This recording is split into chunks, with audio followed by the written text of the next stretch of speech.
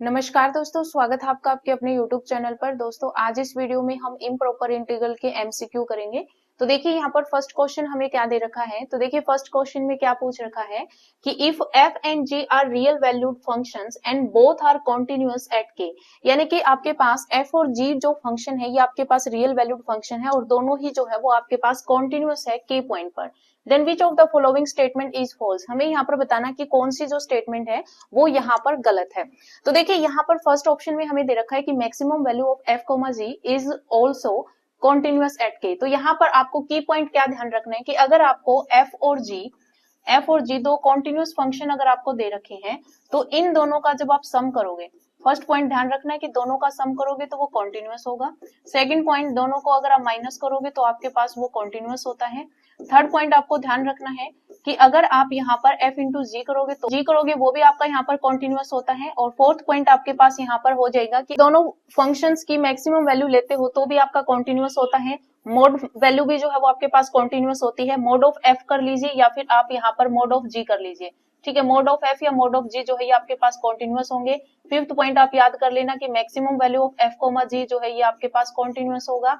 और six point आप याद कर लेना कि minimum value of f, g जो है वो आपके पास यहाँ पर कॉन्टिन्यूअस होगा, ठीक है। सभी पॉइंट्स जो है वो आपके कॉन्टिन्यूअस होते हैं। तो यहाँ पर ये भी आपका कॉन्टिन्यूअस सही बात है, ये भी सही है, ये भी सही है। यहाँ पर नोट दे दिया और यही जो है वो आपके पास गलत स्टेटमेंट हो जाएगी। तो यहाँ पर गलत पूछा था तो सी ऑप्शन जो है ये आपका यहाँ पर करेक्ट आंसर हो जाएगा। नेक्स्ट क्वेश्चन देखिए। तो देखिए यहाँ पर नेक्स्ट क्वेश्चन जो है ये आपका सीधा ही प्रॉपर्टी बेस्ड है और जो प्रीवियस जो मैंने क्वेश्चन लिया था वो और ये जो क्वेश्चन है ये आपका प्रीवियस पेपर में ही जो है वो पूछे हुए थे, ठीक है। तो यहाँ पर देखिए हमें क्या दे रखा है कि इफ f एंड g, यहाँ पर g आएगा, f and g are real valued bounded functions defined on closed interval a to b, यानी कि आपके पास f और g जो है दोनों रियल वैल्यूड बाउंडेड फंक्शन है। किस पर डिफाइन है? Closed interval a to b पर। And p be a partition of closed interval a to b, then हमें यहाँ पर जो है वो बताना है कि कौन सी स्टेटमेंट जो है वो आपकी यहाँ पर ट्रू होगी। हमें पार्टीशन दे रखी है p closed interval a to b पर। तो देखिए यहाँ पर हमने स्टेटमेंट पढ़ी हुई है कि अगर आपके पास दो फंक्शन दे रखा है, दोनों का सम का अगर आप यहाँ पर लोअर सम निकालते हो पार्टीशन p पर तो आपके पास ये ग्रेटर होता है, लेकिन ये प्लस में होता है। यहाँ पर माइनस में कोई कंडीशन नहीं होती है, तो दोनों आपके यहाँ पर एलिमिनेट हो गई। उसके बाद यहाँ पर lower sum f plus g corresponding to the partition p, जो लोअर सम होता है वो आपका ग्रेटर होता है। यहाँ पर लेस दे रखा है तो ये स्टेटमेंट भी गलत हो गई। तो आपके पास यहाँ पर एक ही ऑप्शन बचा जो कि आपका डी ऑप्शन है, ये आपका करेक्ट हो जाएगा। तो ये स्टेटमेंट जो है वो आपको ध्यान रखनी है कि अगर आप यहाँ पर अपर सम निकालते हो f प्लस जी फंक्शन का corresponding to the partition p, तो ये आपका लेस देन होता है। और अगर हम लोअर सम की बात करें तो वो आपका यहाँ पर ग्रेटर होता है। यहाँ पर जो है वो हमें लेस दे रखा था तो ये आपका एलिमिनेट हो जाता है। बाकी आपके पास f और g फंक्शन पर अलग अलग जो है वो आपके यहाँ पर सम जो है वो आपका निकल जाता है। नेक्स्ट क्वेश्चन देखिए। तो देखिए यहाँ पर नेक्स्ट क्वेश्चन जो ये भी आपके प्रीवियस पेपर में पूछे हुए हैं। तो देखिए यहाँ पर क्या दे रखा है कि if f is continuous on closed interval a to b, कि f आपके पास जो है वो कॉन्टिन्यूअस है closed interval a to b पर, देन f इज, हमें बताना है कि f क्या होगा, इंटीग्रेबल होगा, डिक्रीजिंग होगा, डिफरेंशिएबल होगा या फिर इंक्रीजिंग होगा। तो हमने यहाँ पर पढ़ा है, ये स्टेटमेंट हमने सीधी ही जो है वो याद की थी कि अगर आपके पास f कॉन्टिन्यूअस फंक्शन होता है तो वो आपका इंटीग्रेबल होता है। तो आपके पास फर्स्ट ऑप्शन जो है ये आपका यहाँ पर करेक्ट हो जाएगा। नेक्स्ट देखिए, नेक्स्ट हमें दे रखा है कि if f from closed interval a to b to r is continuous, कि आपके पास ये जो फंक्शन है closed interval a to b to r पर जो है वो कॉन्टिन्यूअस है, then which of the following is correct. तो देखिए अगर ये कॉन्टिन्यूअस है तो आपने यहाँ से जो है वो ये लगा लिया अंदाजा कि ये जो है वो आपका क्या होगा, इंटीग्रेबल होगा, ठीक है। अभी जो है वो हमने यहाँ पर ये लास्ट जो क्वेश्चन किया है इससे जो है वो आप कनेक्ट कर सकते हैं। ये आपकी एक सीधी स्टेटमेंट है कि आपके पास फंक्शन कॉन्टिन्यूअस है तो वो इंटीग्रेबल होगा। और किस पर इंटीग्रेबल होगा? डोमेन पर इंटीग्रेबल होगा, यानी कि closed interval a to b पर। तो यहाँ पर जो है वो आपका सी ऑप्शन करेक्ट हो जाएगा कि C must be integrable on closed interval a to b, कि अगर आपके पास कोई फंक्शन कॉन्टिन्यूअस है तो वो आपका इंटीग्रेबल होगा अपनी डोमेन पे, ठीक है। तो यहाँ पर डोमेन क्या थी? Closed interval a to b, तो आपका सी ऑप्शन करेक्ट हो जाएगा। नेक्स्ट क्वेश्चन देखिए। तो देखिए यहाँ पर फिफ्थ क्वेश्चन में हमसे क्या पूछ रखा है कि f is integrable on closed interval a to b if for every delta greater 0 there exists a partition p such that, हमें यहाँ पर जो है वो f इंटीग्रेबल दे रखा है closed interval a to b पर। एवरी डेल्टा ग्रेटर 0 के लिए there exist a partition p, कि एक पार्टीशन p जो है वो आपकी एग्जिस्ट करेगी। तो वो आपके पास कौन सी कंडीशन यहाँ पर होल्ड होती है? तो हमने जब रीमान इंटीग्रल का चैप्टर किया था तो वहां पर हमने सीधी स्टेटमेंट की थी कि कि अपर सम माइनस लोअर सम जो है वो आपका लेस देन एप्सिलॉन होता है, तो आपके पास ए ऑप्शन जो है ये आपका करेक्ट हो जाता है। और ये एक स्टेटमेंट भी मैंने आपको बताई थी, अपर सम माइनस में लोअर सम जो होता है ये आपका क्या होता है, ऑसिलेटरी सम होता है, जिसको हम एफ ऑफ पी से जो है वो नोटेशन देते हैं, ओमेगा एफ ओ पी। ठीक है, तो ये जो है वो अपर सम माइनस में लोअर सम इक्वल्स टू आपके पास क्या होता है, ओमेगा एफ ऑफ पी होता है। ठीक है, omega F O P. Clear है, तो ये आपका ऑसिलेटरी सम होता है, तो ये आपको ध्यान रखना है। नेक्स्ट क्वेश्चन देखिए, यहाँ पर ये जो नेक्स्ट क्वेश्चन है ये भी आपका प्रीवियस पेपर में ही जो है वो पूछा हुआ है, और ये भी आपकी सीधी ही स्टेटमेंट है, आपको सीधी याद रखनी है कि हमें पूछा हुआ है कि what conditions are necessary to prove that the upper and lower integral of a bounded function, कि जो बाउंडेड फंक्शन होता है उसकी अपर और लोअर इंटीग्रल की नेसेसरी कंडीशन जो है वो आपकी क्या होगी। तो यहाँ पर जो है वो आपकी जो नेसेसरी कंडीशन बनेगी, इसमें आपको जो है वो ऑप्शंस दे रखे हैं, तो आपके पास यहाँ पर देखिए इंटीजर्स वगैरह ये आपका ऑप्शन जो है वो एलिमिनेट हो जाता है, तो ये ऑप्शन आपका गया, ये आपका ऑप्शन चला गया। और यहाँ पर जो है वो आपके पास क्योंकि closed interval A to B होता है, ए आपका लेस होता है, यहाँ पर ग्रेटर है तो ये भी चला गया। एक ही कंडीशन आपकी यहाँ पर बची कि ए बी जो है वो आर के अंदर बिलोंग करता है, ए लेस होता है बी से, और फंक्शन जो है वो आपका डिफाइन होता है closed interval A to R B bounded. ये फंक्शन आपका बाउंडेड होता है, देन आपके पास नेसेसरी कंडीशन जो होती है अपर एंड लोअर इंटीग्रल की वो आपके यहाँ पर एग्जिस्ट करती है। ठीक है, नेक्स्ट देखिए, तो देखिए यहाँ पर नेक्स्ट जो है वो हमें क्वेश्चन जो दे रखा है ये आपका पावर सीरीज से रिलेटेड है, और ये भी आपका प्रीवियस पेपर्स का ही क्वेश्चन है। तो देखिए हमें यहाँ पर क्या दे रखा है कि कंसीडर द पावर सीरीज, हमें यहाँ पर पावर सीरीज दे रखी है, then which of the following is true for series, हमें यहाँ पर इसमें से बताना है कि कौन सी इस सीरीज के लिए यहाँ पर ट्रू स्टेटमेंट है। तो देखिए यहाँ पर कन्वर्जेंस की बात है यहाँ पर सभी बार, तो देखिए यहाँ पर हम कंडीशन लेके चलते हैं पावर सीरीज में, 1/r इज इक्वल्स टू में हमारे पास क्या होता है formula, limit n tends to infinite an+1 upon an mod, ये जो है वो हम चेक करते हैं 1/r, ये फॉर्मूला होता है आपका। तो देखिए यहाँ पर जो है वो आपके पास limit n tends to infinite, हमारे पास an क्या है, an जो है वो हमारे पास क्या है, an हमारे पास है x+2 की होल पावर n। तो यहाँ पर हम पहले क्या करेंगे, n की जगह पर n+1 रखेंगे, तो हमारे पास क्या बनेगा, limit n tends to infinite, यहाँ पर बनेगा n की जगह पर n+1 रखना है, तो x+2 की होल पावर आपके पास क्या बनेगी, n+1 बनेगी, अपॉन में an आपका एज इट इज आ जाएगा, x+2 की होल पावर n हो जाएगा।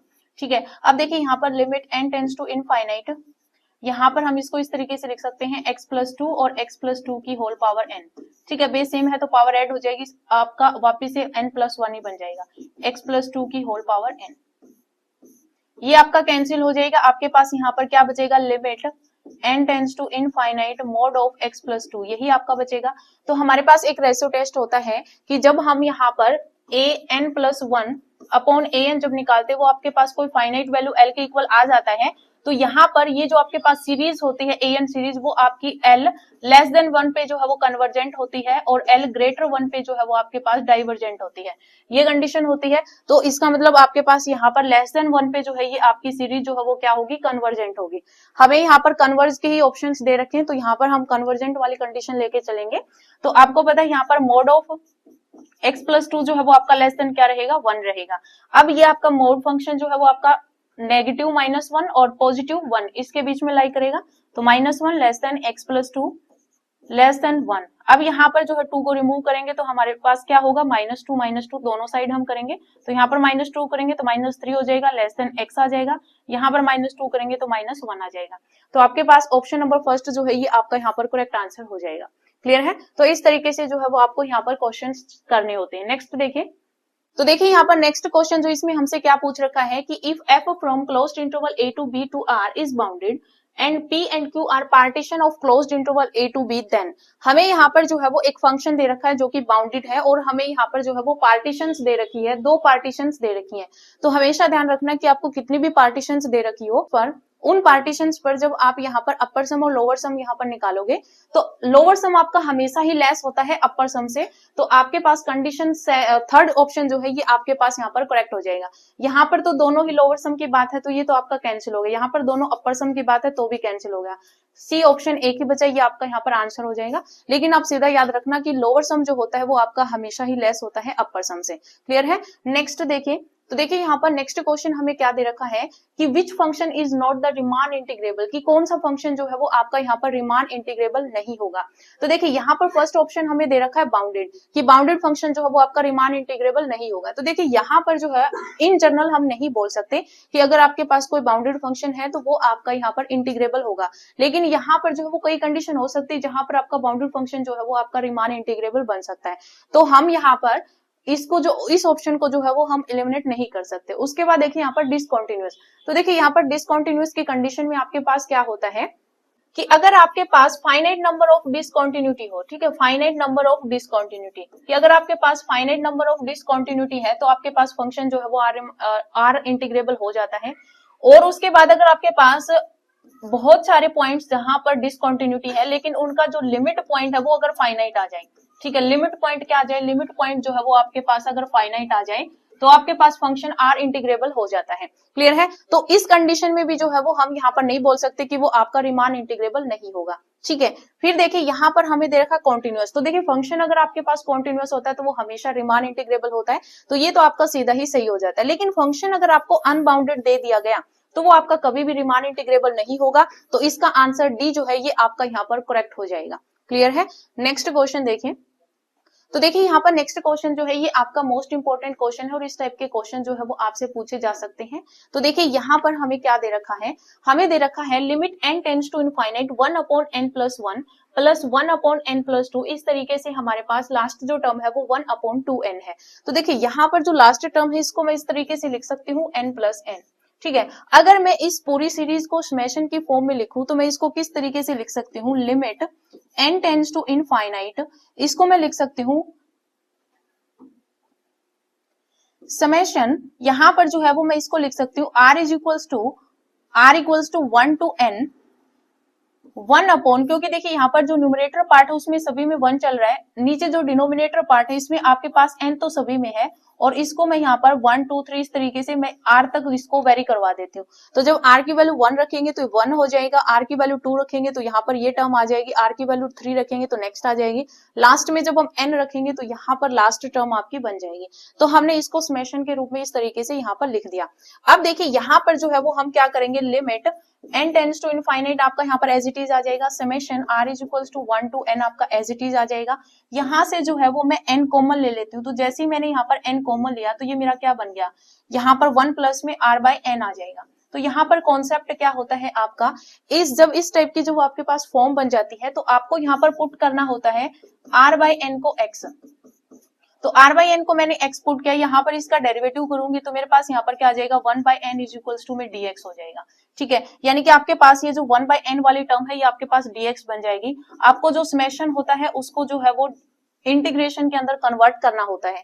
फिर हम यहाँ पर लिमिट निकालेंगे, तो देखिए यहाँ पर जब मैं r की वैल्यू 1 पुट करूंगी तो यहाँ पर देखिए r की वैल्यू मैं 1 पुट करूंगी तो मेरे पास यहाँ पर क्या बनेगा, 1/n बनेगा, और limit n tends to infinite करवाऊंगी तो मेरे पास यहाँ पर x की वैल्यू जो है वो क्या आ जाएगी, 0 आ जाएगी। 1/n n tends to infinite, तो x किसको अप्रोच करेगा, 0 को। अब देखिए यहाँ पर r की वैल्यू जो मैं n पुट करूंगी तो n/n करोगे 1 हो जाएगा, limit n tends to infinite करोगे तो x की वैल्यू यहाँ पर 1 ही रहेगी।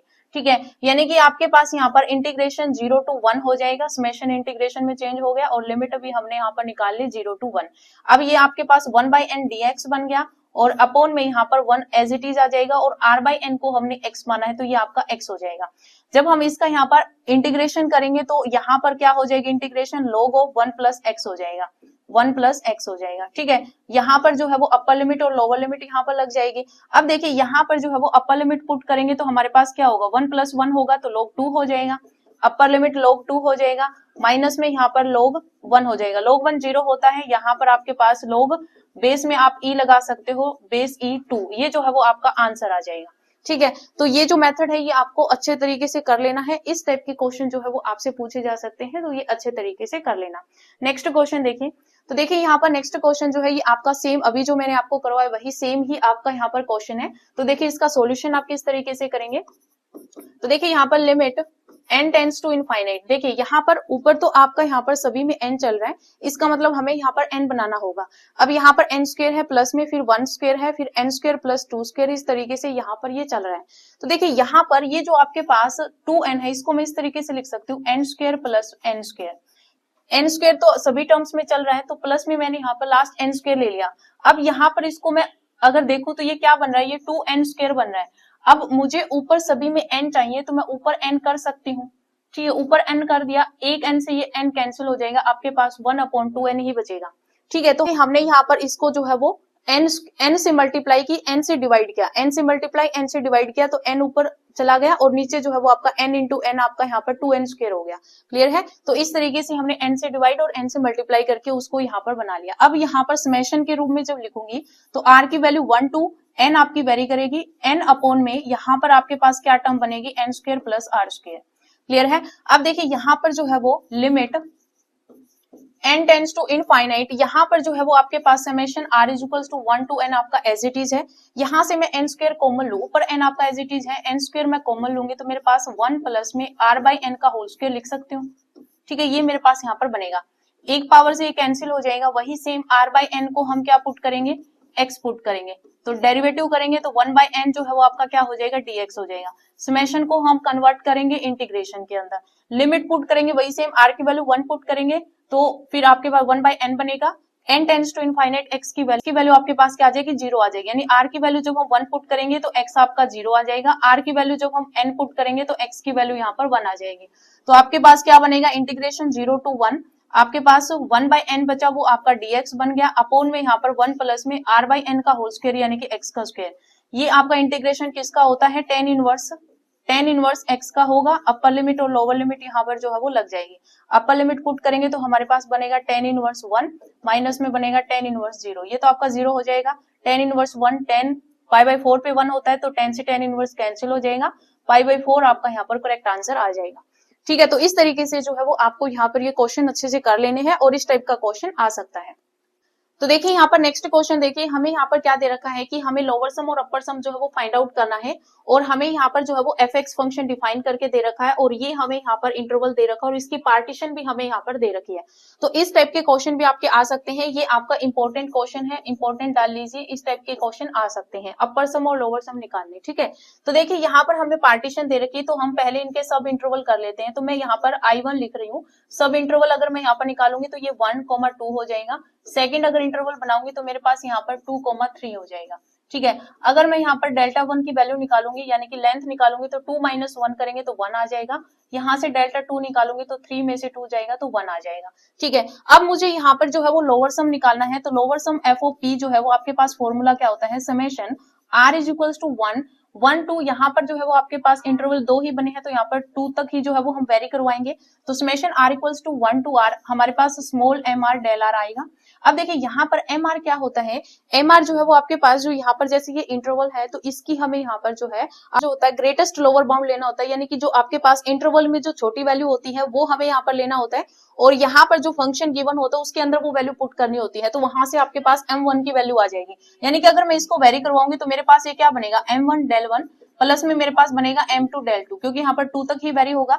m1 की वैल्यू आपके पास यहाँ पर क्या आएगी, 1 आएगी, फंक्शन में पुट करेंगे तो 1 प्लस 1 2 हो जाएगी, 2 इंटू डेल 1 की वैल्यू यहाँ पर 1 है प्लस में m2, उस इंटरवल में आपके पास छोटी वैल्यू कौन सी है, 2 को यहाँ पर इसमें पुट करो तो 2 प्लस 1 क्या बन जाएगा, 3 इंटू 1, डेल 2 की वैल्यू 1 है तो 2 और 3 कितने हो जाएंगे, 5 हो जाएंगे।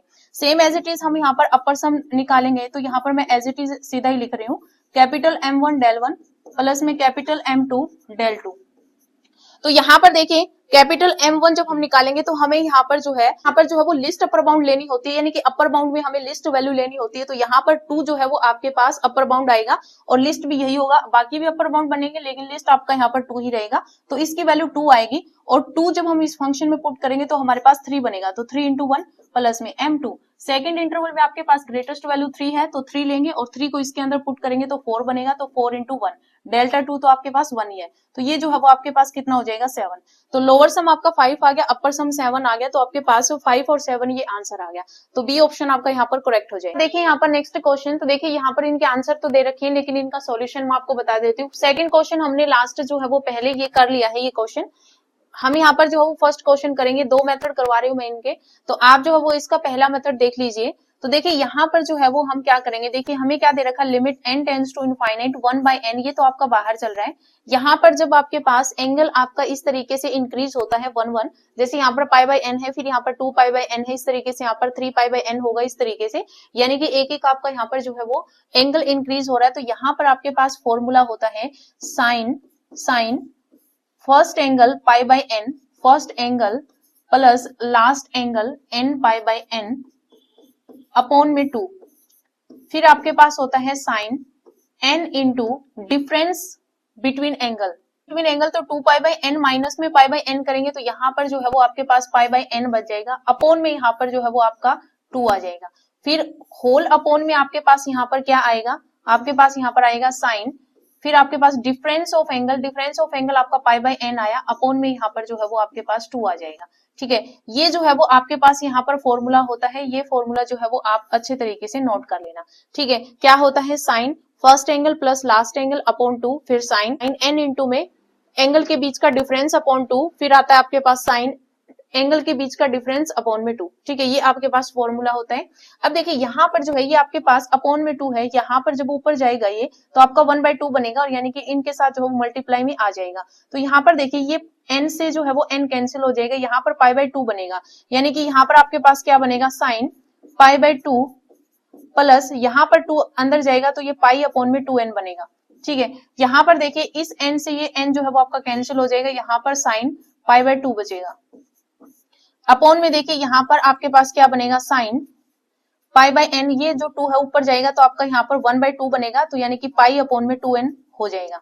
ठीक है, बाहर आपका क्या चल रहा है, 1/n, limit n tends to infinite, ये आपका बाहर चल रहा है। अब आपको पता है साइन π/2 प्लस अगर थीटा है तो आपके पास कोस थीटा हो जाता है, तो ये आपका यहाँ पर क्या बनेगा, ये आपका यहाँ पर करवा देती हूँ, ये आपके पास देखिए क्या है, limit n tends to infinite 1/n आपका बाहर चल रहा है, यहाँ पर ये कोस थीटा की जगह पर आपके पास जो है वो पाई अपॉन 2n है। ठीक है, यहाँ पर देखिए साइन π/2 इसकी वैल्यू 1 होती है। यहाँ पर देखिए अगर हम यहाँ पर लिमिट, क्योंकि आपके पास ये लिमिट जो है वो ऊपर भी लग जाती है और डिनोमिनेटर में अलग अलग हो जाती है, तो यहाँ पर जब हम इसको लिमिट को 1 बनाने की कोशिश करेंगे तो मैं इसको यहाँ पर पाई अपॉन 2n से जो है वो डिवाइड कर दूंगी और इसी से जो है वो मल्टीप्लाई कर दूंगी। ठीक है, तो जब हम यहाँ पर लिमिट लगाएंगे तो ये लिमिट लगाने के बाद ये जो है वो आपका यहाँ पर 1 बन जाएगा।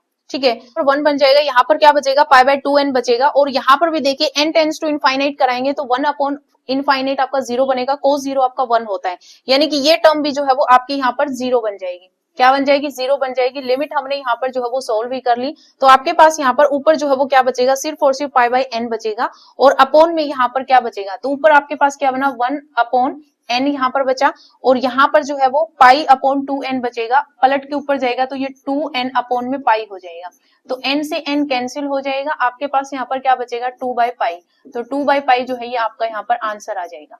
क्लियर है, तो इस तरीके से जो है वो आपको यहाँ पर क्वेश्चंस करने हैं। लेकिन अगर आप यहाँ पर इसको लास्ट जो मैंने मेथड कराया उसके अकॉर्डिंग जब आप यहाँ पर करोगे तो आप किस तरीके से सोल्व करोगे, देख लीजिए।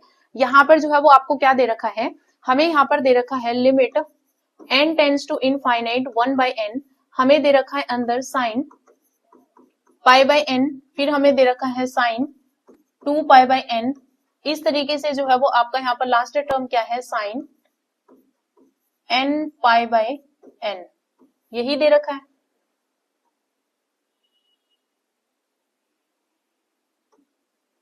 ठीक है, यही जो है वो हमें यहाँ पर दे रखा है। अब देखिए यहाँ पर अगर मैं इसको समेशन की फॉर्म में लिखूं तो limit n tends to infinite 1/n तो आपका बाहर पहले ही चल रहा है, इसको अगर मैं समेशन की फॉर्म में लिखूं तो r is equals to 1 to n, यहाँ पर देखिए 1 फिर मल्टीप्लाई में 2 है, फिर 3 आएगा, इस तरीके से n आ रहा है, यानी कि आपके पास यहाँ पर समेशन में लिखो तो साइन r टर्म तक यहाँ पर चल रहा है और साथ में आपका पाई है, और अपॉन में यहाँ पर आपके पास जो है वो n है, तो समेशन में आपके पास इस तरीके से यहाँ पर ये वैल्यू जो है वो बनेगी। 1 वेरी कराएंगे तो साइन π/n बनेगा, 2 करेंगे तो यहाँ पर साइन 2π/n बनेगा, इस तरीके से n तक आपके पास यहाँ पर वैल्यू जो है वो चलने वाली है। अब यहाँ पर वही सेम r/n को हम क्या पुट करेंगे, r/n को हम x पुट करेंगे, तो 1/n यानी कि यहाँ पर डेरिवेटिव करेंगे तो 1/n किसका रूप लेगा, dx का रूप ले लेगा, और यहाँ पर समेशन को हम क्या करेंगे, इंटीग्रेशन में चेंज करेंगे। यहाँ पर वैल्यू पुट करेंगे, जब हम r की वैल्यू 1 पुट करेंगे तो 1/n को limit n tends to infinite करेंगे तो x की वैल्यू 0 आ जाएगी। यानी कि r की वैल्यू जब 1 पुट करेंगे तो x की वैल्यू 0 आ जाएगी, r की वैल्यू जब n पुट करेंगे तो x की वैल्यू यहाँ पर 1 आ जाएगी। तो यहाँ पर आपके पास क्या बन जाएगा, लिमिट 0 to 1। यहाँ पर जो है वो समेशन हमने इंटीग्रेशन में चेंज कर दिया, लिमिट आ गया। यहाँ पर 1/n आपका dx बन जाएगा, और ये जो है वो आपके पास साइन r π/n जो है, यहाँ पर देखिए साइन r/n जो है वो आपका क्या बन गया, x बन गया, x पाई हो जाएगा ये, ठीक है, x पाई यहाँ पर बन गया, या पाई x कैसे भी लिख लीजिए। और फिर जो है वो आपके पास यहाँ पर 1/n जो है ये आपका dx बन गया, यानी कि आपके पास ये जो है वो फॉर्म आ गई। अब इसका इंटीग्रेशन कर दीजिए, तो इसका इंटीग्रेशन क्या होगा, साइन x का माइनस cos x होता है, x की जगह पर जो है वो x पाई हमें यहाँ पर दे रखा है, और क्योंकि x के रिस्पेक्ट में है तो यहाँ पर अपॉन में जो है वो आपका पाई आ जाएगा। अपर लिमिट और लोअर लिमिट जो है वो आपकी यहाँ पर लग जाएगी। अब मैं यहाँ पर अपर लिमिट पुट करूंगी, आप जो है वो इस तरीके से भी -1/पाई जो है वो आप बाहर भी निकाल सकते हैं। आपके पास अंदर क्या बनेगा, अंदर आपके पास सिर्फ और सिर्फ cos पाई x बचेगा, ठीक है। अब देखिए यहाँ पर जो है वो अपर लिमिट और लोअर लिमिट है, अपर लिमिट पुट करेंगे तो आपके पास यहाँ पर क्या बनेगा, -1/पाई तो आपका यहाँ पर बाहर है, आपके पास यहाँ पर अपर लिमिट पुट करेंगे तो आपके पास यहाँ पर क्या बनेगा, cos पाई, और माइनस में यहाँ पर लोअर लिमिट तो cos 0 बनेगा, ठीक है। cos देखिए cos पाई की वैल्यू -1 होती है, cos 0 की वैल्यू 1 होती है, तो ये भी आपके पास -1 हो जाएगा, तो माइनस माइनस 2 हो जाएगा। यहाँ पर बाहर आपका माइनस चल रहा है, मल्टीप्लाई करोगे तो 2/पाई हो जाएगा, ठीक है। तो इस तरीके से भी जो है वो आप इस क्वेश्चन को कर सकते हैं। तो दोनों ही मेथड मैंने आपको यहाँ पर करवा दिए। नेक्स्ट क्वेश्चन देखिए, तो देखिए यहाँ पर नेक्स्ट क्वेश्चन जो इसमें हमसे क्या पूछ रखा है कि let f is defined and bounded, कि f जो है वो आपके पास डिफाइन है और बाउंडेड है closed interval a to b पर, then which of the following is are correct. हमें बताना है कि कौन सी स्टेटमेंट जो है वो आपके यहाँ पर करेक्ट रहेगी। तो देखिए फर्स्ट क्वेश्चन में फर्स्ट ऑप्शन में हमें क्या दे रखा है कि f is monotonic then R integrable, bounded हमें दे रखा है और मोनोटोनिक यहाँ पर दे दिया। तो हमने एक जो है वो थ्योरम की थी कि अगर आपके पास कोई फंक्शन मोनोटोनिक और बाउंडेड होता है तो वो आपके पास आर इंटीग्रेबल होता है, तो ये स्टेटमेंट आपकी यहाँ पर करेक्ट है। तो यहाँ पर जो है वो ऑप्शन और भी जो है वो आपके सही है, लेकिन हमें यहाँ पर जो है वो क्वेश्चन मैंने इस तरीके से डाल दिया, यहाँ पर एक ऑप्शन आपका करेक्ट नहीं है। तो देखिए यहाँ पर सेकंड जो है वो हमें क्या दे रखा है कि if f is continuous on closed interval a to b then r integrable. तो ये स्टेटमेंट भी हमने की थी कि अगर फंक्शन आपका कॉन्टिन्यूअस है तो वो आपका यहाँ पर r इंटीग्रेबल भी होगा। उसके बाद सी ऑप्शन हमें क्या दे रखा है कि if f is continuous on closed interval a to b except finitely many points, कि यहाँ पर जो है फाइनाइटली मेनी पॉइंट्स पर जो है वो छोड़ के बाकी पर जो है वो आपका फंक्शन क्या है, कॉन्टिन्यूअस है, तो वो आपका इंटीग्रेबल होगा। तो हमने यहाँ पर डिसकंटिन्यूटी में ये चीज की थी कि अगर आपके पास फाइनाइट नंबर ऑफ पॉइंट्स पर अगर डिसकंटिन्यूटी है तो फंक्शन आपका आर इंटीग्रेबल होता है, और अगर आपके पास इनफाइनाइट नंबर्स अगर आपके पास डिसकंटिन्यूटी के हो रहे हैं लेकिन उनका लिमिट पॉइंट अगर फाइनाइट आ रहा है तो वो भी आपका फंक्शन आर इंटीग्रेबल होता है। तो ये भी कंडीशन आपकी सही होगी। लेकिन यहाँ पर देखिए डी में जो है वो सीधा इन्होंने यहाँ पर ये दे दिया कि ये जो है वो आपके पास डिसकंटिन्यूअस है, कि f जो है वो क्या है, f आपका डिसकंटिन्यूअस है closed interval a to b पर, देन r इंटीग्रेबल। तो यहाँ पर जो है अगर हम बेस्ट ऑप्शन चूज करें तो ये स्टेटमेंट आपकी यहाँ पर ट्रू नहीं हो सकती, क्योंकि या तो इसमें जो है यहाँ पर ये दिया हुआ होना चाहिए था कि फाइनाइट नंबर पे डिसकंटिन्यूटी होनी चाहिए, ठीक है, या फिर आपको यहाँ पर ये दिया हुआ होना चाहिए था कि आपके पास जितनी भी डिसकंटिन्यूटी बन रही है उसका जो है वो लिमिट पॉइंट जो है वो आपके पास क्या है, लिमिट पॉइंट जो है वो फाइनाइट है, ठीक है। तो ये स्टेटमेंट आपकी यहाँ पर करेक्ट हो जाती है, लेकिन इन जनरल हम इसको करेक्ट नहीं बोल सकते, तो ये स्टेटमेंट आपकी यहाँ पर गलत है।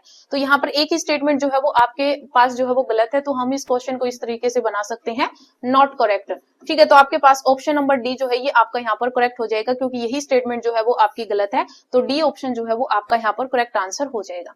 नेक्स्ट क्वेश्चन देखिए, तो देखिए हमें यहाँ पर नेक्स्ट क्वेश्चन दे रखा है और ये भी जो है वो आपकी सीधी स्टेटमेंट है। हमें क्या दे रखा है कि if f is continuous and integrable, कि f कॉन्टिन्यूअस और इंटीग्रेबल है closed interval a to b पर, then there exist a number c, एक c नंबर आपका एग्जिस्ट कर रहा है closed interval a to b पर, देन आपके पास कौन सी कंडीशन यहाँ पर होगी।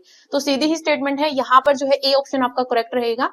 a to b fx dx जो है वो आपके पास b माइनस a होगा, यानी कि upper limit minus lower limit, और उस पॉइंट पर जो आपका closed interval a to b के बीच में आ रहा है उस पॉइंट्स पर fx फंक्शन की वैल्यू वो आपके पास इक्वल होता है, तो ये आपके पास आंसर हो जाएगा। नेक्स्ट देखिए, तो देखिए यहाँ पर ये क्वेश्चन भी आपका मोस्ट इंपोर्टेंट है और यहाँ से जो है वो आपका ये इनइक्वालिटी होती है आपकी रीमान इंटीग्रेबल में, अपर सम लोअर सम इन सब की। तो ये जो आपके पास इनइक्वालिटी ही आपको अच्छे तरीके से याद रखनी है। हमें क्या दे रखा है कि f from closed interval a to b to r is integrable on closed interval a to b, कि ये जो फंक्शन है आपका closed interval a to b पर क्या है, इंटीग्रेबल है। देन यहाँ पर इनइक्वालिटी कौन सी यहाँ पर आएगी, जहां पर m और m जो है ये आपका सुप्रीमम और इंफीमम हमें यहाँ पर दे रखे हैं। देन हमें बताने की कौन सी स्टेटमेंट जो है वो आपके यहाँ पर करेक्ट रहेगी। तो इसके लिए जो है वो मैं आपको एक इनइक्वालिटी बता रही हूँ, आप इस तरीके से याद रखना। पहले आप जो है वो small m b minus a लिखना और लास्ट में जो है वो आप इसको capital M b minus a लिख लेना, ठीक है। फिर यहाँ पर जो है लेस देन का साइन चलेगा, यहाँ पर लोअर सम लिख लेना, यहाँ पर जो है वो आप अपर सम लिख लेना, ठीक है। फिर आपके पास यहाँ पर जो है वो लोअर सम की रिफाइनमेंट आ जाएगी, P स्टार या P डैश लिख लेना, यहाँ पर अपर सम की जो है वो रिफाइनमेंट आ जाएगी, बीच में लेस देन का साइन होगा। फिर जो है वो आपके पास यहाँ पर लेस देन, यहाँ पर जो है वो लोअर इंटीग्रल आ जाएगा a to b f dx और यहाँ पर जो है वो आप अपर इंटीग्रल लिख लेना, upper integral a to b f dx, upper integral f dx, less than का साइन यहाँ पर रहेगा, ठीक है। तो ये जो है वो आपके पास इनइक्वालिटी होती है, ये इनइक्वालिटी आप याद रख लेना, आपके सारे क्वेश्चंस यहाँ पर सही हो जाएंगे। और इनकी जगह पर जो है वो आपके पास कॉमन इस तरीके से भी लिखा हुआ आ सकता है a to b f dx, ठीक है। यहाँ पर लेस देन, यहाँ पर रिफाइनमेंट ये और यहाँ पर ये रिफाइनमेंट, तो इन दोनों की जगह पर ये भी जो है वो आपका लिखा हुआ आ सकता है। तो यहाँ पर देख लीजिए आपका कौन सा ऑप्शन यहाँ पर करेक्ट होगा। तो यहाँ पर जो है वो आपको ये टर्म दे दी, बीच में इनको जो है वो यहाँ पर स्किप कर दिया, फिर आपके पास ये टर्म आ गई और फिर लास्ट वाली टर्म दे दी, तो आपके पास ये इनइक्वालिटी बन रही है। तो सी ऑप्शन आपका यहाँ पर करेक्ट आंसर हो जाएगा। नेक्स्ट देखें, तो देखिए यहाँ पर नेक्स्ट क्वेश्चन जो है ये भी आपका इंपॉर्टेंट क्वेश्चन है और ये भी सीधी स्टेटमेंट है कि if a bounded function f is R integrable यानी कि Riemann integrable on closed interval a to b, then अगर आपके पास एक बाउंडेड फंक्शन जो है वो रिमान इंटीग्रेबल बन रहा है, तो आपके पास जो आपके पास यहाँ पर अपर इंटीग्रल और लोअर इंटीग्रल होता है, उनकी वैल्यू जो होती है वो आपके पास सीधे इंटीग्रल के वैल्यू के इक्वल होती है। तो यहाँ पर lower integral a to b f dx और अपर इंटीग्रल जो है वो आपका a to b f dx के इक्वल होता है, ठीक है। तो ये जो है वो आपको सीधी स्टेटमेंट याद रखनी थी। अब देखिए यहाँ पर जो है वो आपको ये क्वेश्चन जो है वो पूछा जा सकता है और इस टाइप के क्वेश्चन आपके यहाँ पर बनेंगे। जितने भी स्टेटमेंट से क्वेश्चन बनेंगे वो सारे ही आपके इंपॉर्टेंट बन जाते हैं। तो जितनी भी स्टेटमेंट, जितनी भी रिजल्ट, जितनी भी थ्योरम्स मैंने आपको करवा रखी है वो आप अच्छे से कर लेना।